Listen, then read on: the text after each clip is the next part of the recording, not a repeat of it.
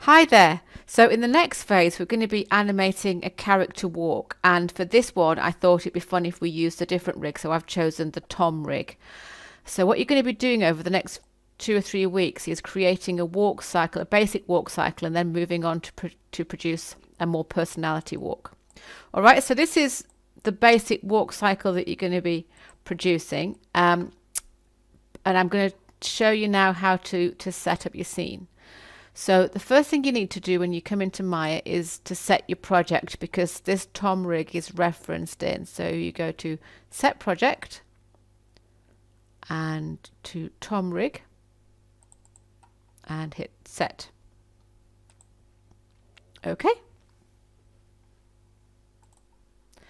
And then you go into open scene, click on Tom start and bring him in.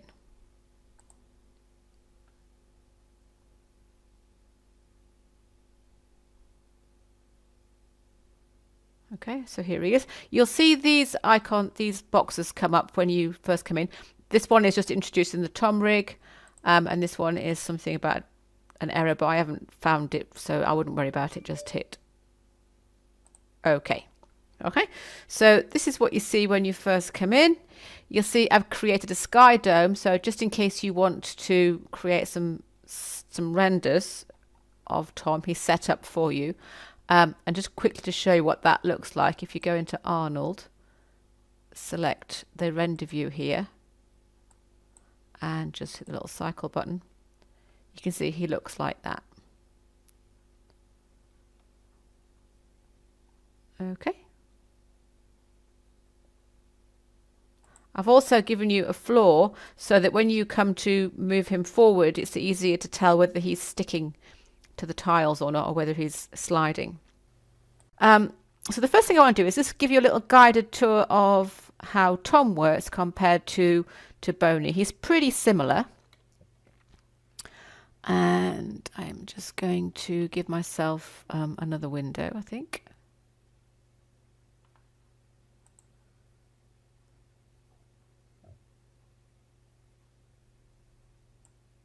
Okay. So we'll just give myself another camera window. So if I just go to camera 1, okay, there we go. Here he is. Just so that we can move around him, because I've got a nice position for that perspective window. So I just want to be able to have a look around. And if you look at him now, you can see that he's all grayed out. Oops. There we go. And if you want to see his textures, you just hit the number 6 key and they should become visible, just like with the bouncing ball. Okay. So one thing that you'll discover is that I've created some layers for this character so that you can't actually accidentally select the floor or accidentally select Tom's geometry. Okay, if you did want to select any of those, you can just change this R to nothing, and then you can select the other objects. Okay, but keep them as R, then they're just reference objects, so you can't accidentally select them, which is much easier if you're starting to work with the rig and you don't accidentally keep selecting the floor or his geometry. Okay, so you can see he's pretty similar to Boney, all the fact that he's got facial controls.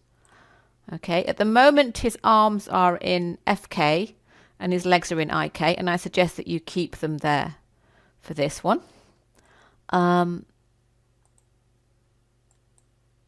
You can see that if you just start selecting the different elements, and this big square that is a different angle from the others, that's his main hip controller. So if I just hit the W key, you can see that the rest of his body goes up and down if I hit that one.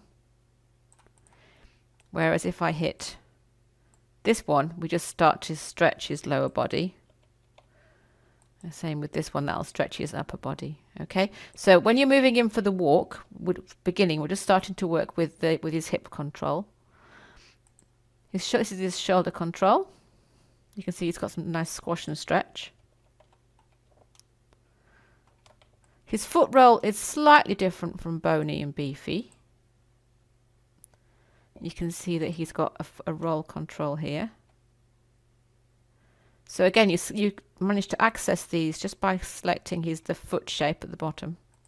He has a side to side. What's nice about this character as opposed to both Buffy and Boney, we'll just say Boney, is that his foot roll is complete. You don't have to do a hybrid 2-stage process to get a nice foot roll. So he's actually an easier rig to work with.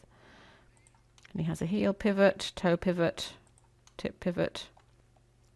Okay, so he's got nice flexible feet.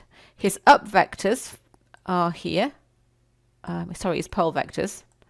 And these control the orientation of his knees, just like with Beefy and Boney. So the legs are, as you can see now, are in IK. I'll just zero all that out. Okay.